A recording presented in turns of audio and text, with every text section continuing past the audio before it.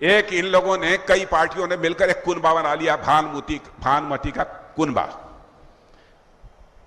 भानुमति का कुनबा जोड़ा, कहीं का ईंट कहीं का रोड़ा। यही है ना, बताइए। अब वो समझ गए कि अकेले वो भारतीय जनता पार्टी को हरा नहीं सकते।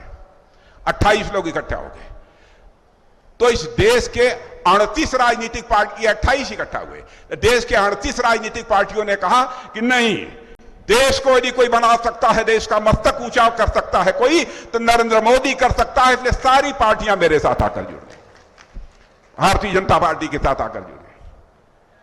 यह करिश्मा देखिए। अब उसमें 28 पार्टियों का गठबंधन बनाया, उसका नाम रख दिया इंडिया। बहनों भाइयों, आपको इंडिया अच्छा लगता है कि भारत? पीछे से बोलो, भारत लगता है अच्छा कि इंडिया? इंडिया रख दिया।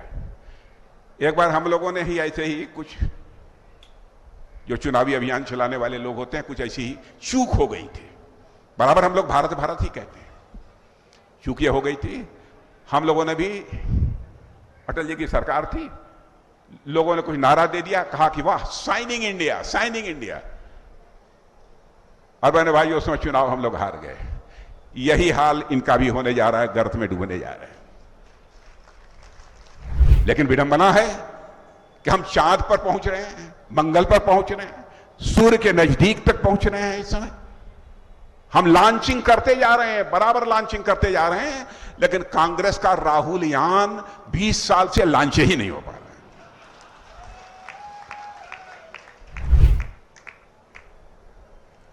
क्या हो गया है इन लोग?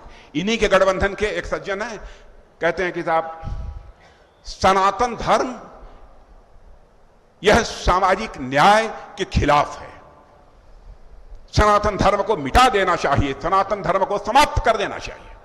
मैं आपसे पूछना चाहता हूं, क्या सनातन धर्म को समाप्त कर देना चाहिए?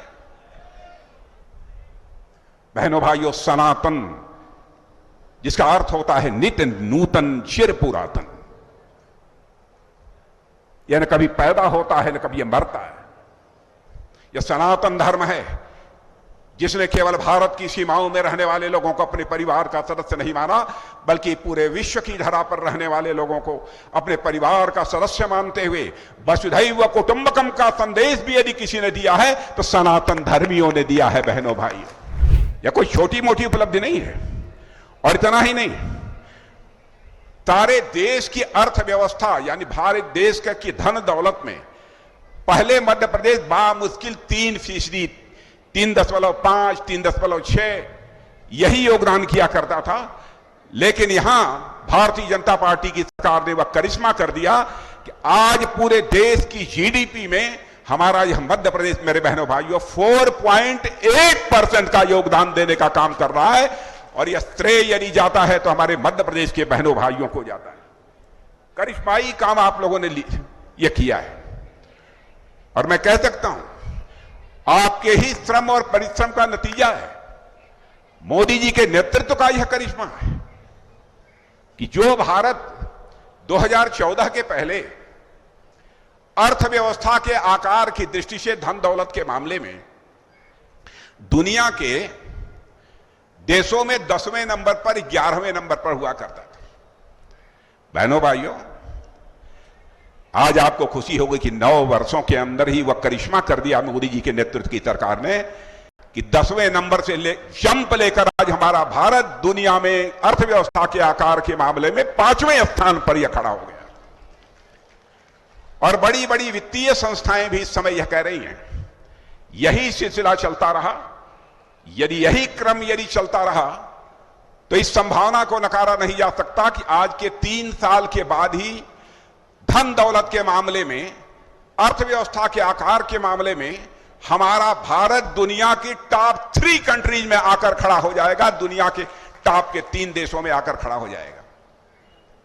और हमारे प्रधानमंत्री ने तो संकल्प लिया है, चाहे जो भी हो, चाहे जितना अथक परिश्रम हम लोगों को क्यों न करना पड़े, सारे भारतवासियों को क्यों न करना पड़े, 2047 आते आते यानी आजादी के 100 वर्ष पूरे होने के साथ ही हम भारत को अर्थव्यवस्था के आकार की दृष्टि से दुनिया में हम सबसे बड़ा देश बनाना चाहते हैं, यह हमारा संकल्प है और इसी संकल्प को लेकर हम लोग आगे बढ़ रहे हैं। और इसके लिए आवश्यक है मेरे बहनों भाई कि हर राज्यों में भी सरकारें ऐसी होनी चाहिए जो अनुकूल है। ऐसी सरकार नहीं होनी चाहिए मोदी जी वहां से कुछ कहें और उस राज्य की सरकार सुने ही ना। कैसे हमारा देश धनवान होगा, कैसे हमारा देश खुशहाल होगा, इसकी कल्पना भी नहीं की जा सकती है। इसीलिए मैं कहता हूं आज यदि भारत आगे बढ़ रहा है तो उसमें मध्य प्रदेश की भी एक बहुत ही महत्वपूर्ण भूमिका है मेरे बहनों भाइयों। और मैं यही आप सबसे अनुरोध करना चाहूंगा कि मध्य प्रदेश में जो बदलाव आया है बहनों भाइयों किसी भी सूरत में रुकना नहीं चाहिए।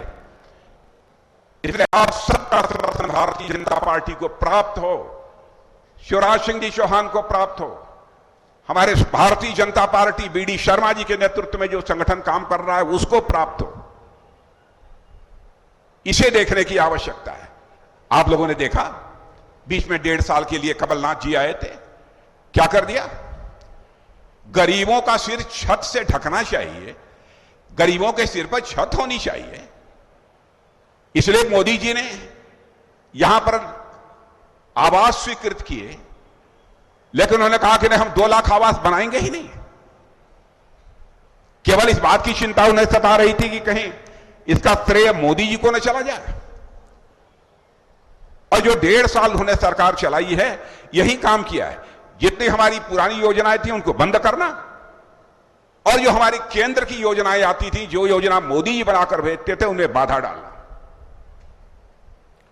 और मैं तो समझता हूं कि शायद ही कोई सरकार इतनी असंवेदनशील हो सकती है कि गरीब को भोजन के बाद सबसे पहली आवश्यकता जो उसकी होती है उसके सिर पर छत चाहिए।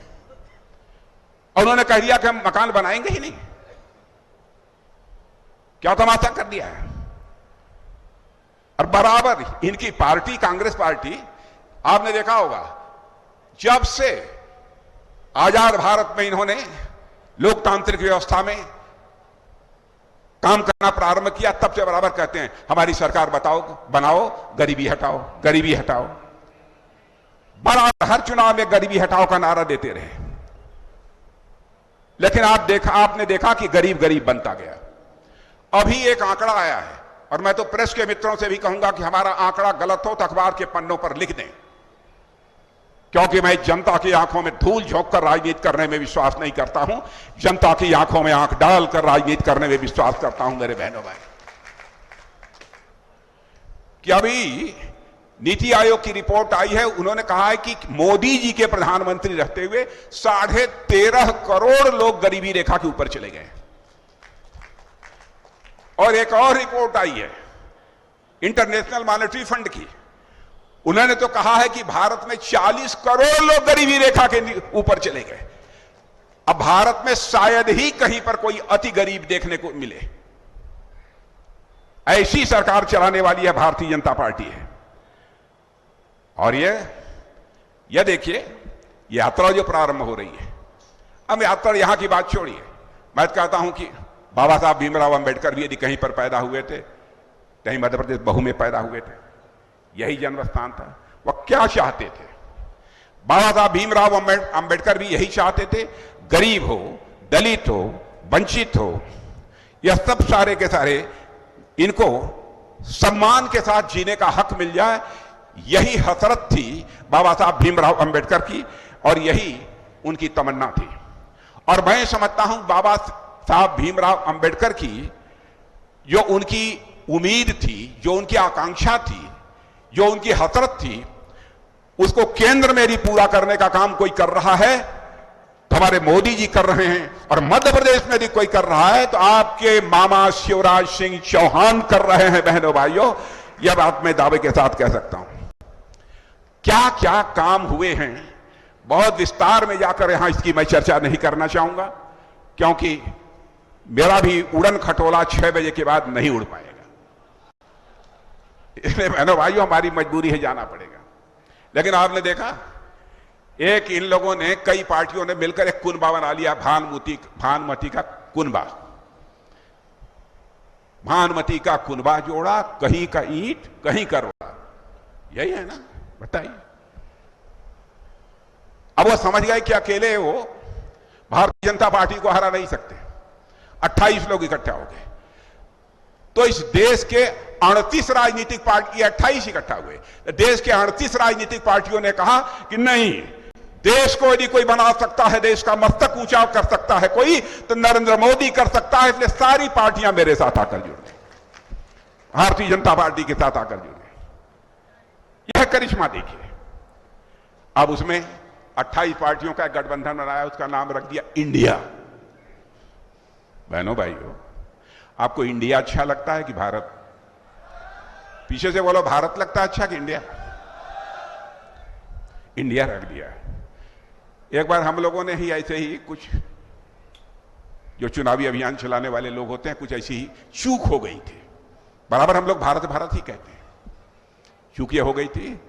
हम लोगों ने भी, अटल जी की सरकार थी, लोगों ने कुछ नारा दे दिया, कहा कि वाह, साइनिंग इंडिया, साइनिंग इंडिया। और मैंने भाई उसमें चुनाव हम लोग हार गए। यही हाल इनका भी होने जा रहा है, गर्त में डूबने जा रहा है।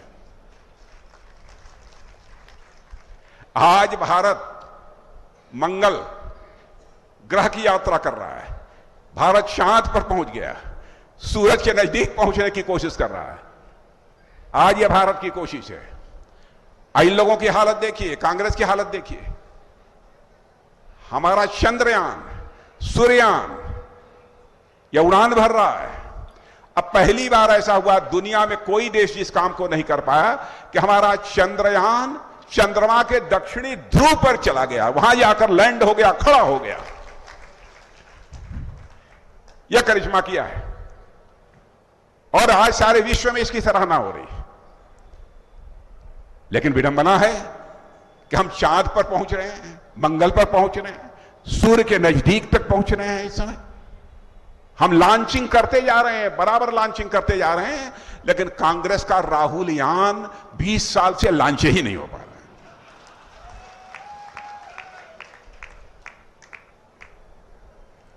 क्या हो गया है इन लोग?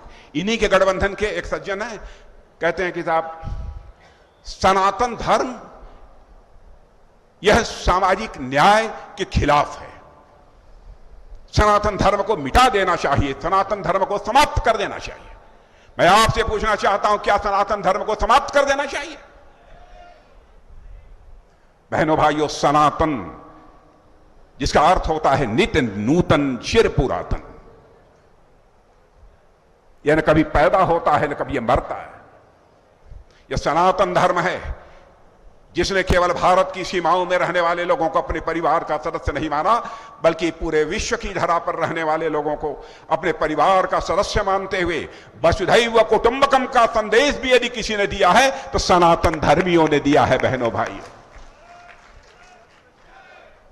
आपने देखा होगा बहुत सारे परिवारों में माताएं बहनें जब आटा गूंथती हैं, थाली में आटा सानना कहते हैं यहां, मैं जानता हूं, आटा गूंथती हैं और बगल से यदि चींटी गुजरती रहती है तो थाली से आटा निकालकर उस चींटी के खाने के लिए रख देती हैं, ताकि चींटी भी दीर्घजीवी हो। और इतना ही नहीं, वह सनातन धर्म को मानने वाली है। इतना ही नहीं, हमारे यहां चींटी के भी दीर्घजीवी होने की कामना यह सनातन धर्मी करते हैं।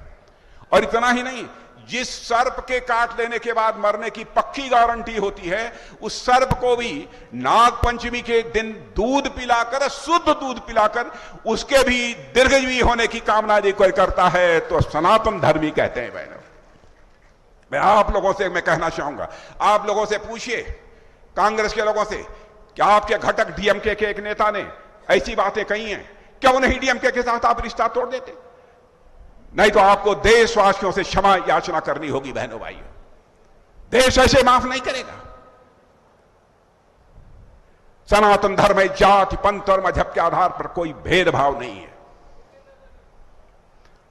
सनातन धर्मी ऋषियों और मनीषियों ने कहा है, यत पिंडे तत् ब्रह्मांडे, जो पिंड में है वही ब्रह्मांड में है, जो जड़ में है वही चेतन में है, जो सूक्ष्म में है वही विवर्त में है, जो छोटे में है वही बड़े में है, और जो मेरे में है वही तेरे में है। यह सनातन धर्मियों ने कहा है। ऐसी संवेदना और कहां देखने को मिलेगी? उस सनातन धर्म के लिए कहते हैं जाति आधारित है, सामाजिक न्याय के लक्ष्य को हम नहीं प्राप्त कर सकते। क्या हमारे मोदी जी ने सामाजिक न्याय के लक्ष्य को प्राप्त करने के लिए बहुत सारे कदम नहीं उठाए हैं? सामाजिक सशक्तिकरण का काम चाहे हमारी मध्य प्रदेश की सरकार हो, किसी राज्य की सरकार हो अथवा केंद्र की सरकार हो, नहीं कर रही है। क्या कभी किसी कांग्रेस के प्रधानमंत्री ने सोचा हर गरीब को अपना सिर ढकने के लिए पक्का छत होना चाहिए? माता बहनों को घड़े में पानी भरकर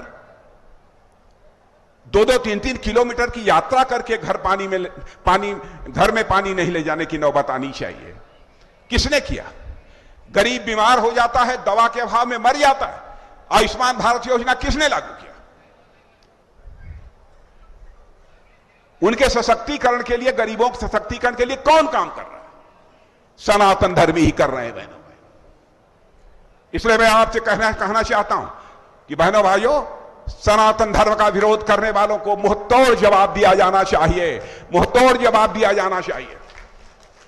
मुंहतोड़ जवाब का मतलब यह नहीं होता है कोई हिंसा का रुख अख्तियार करना चाहिए। जवाब देना चाहिए, वोट के माध्यम से देना चाहिए। क्या बना दिया है तमाशा भारत को? बहनों भाइयों, ये नहीं चलेगा। इसलिए मैं आप सबसे ये अपील कर रहा हूं कि जब मैं देखता हूं आपके मुख्यमंत्री को कि माताओं बहनों का पैर पकड़ के उनके हाथ में जूती पहनाते हुए, तो बहनों भाइयों सचमुच मैं सोचता हूं कि आपका मुख्यमंत्री कितना संवेदनशील है।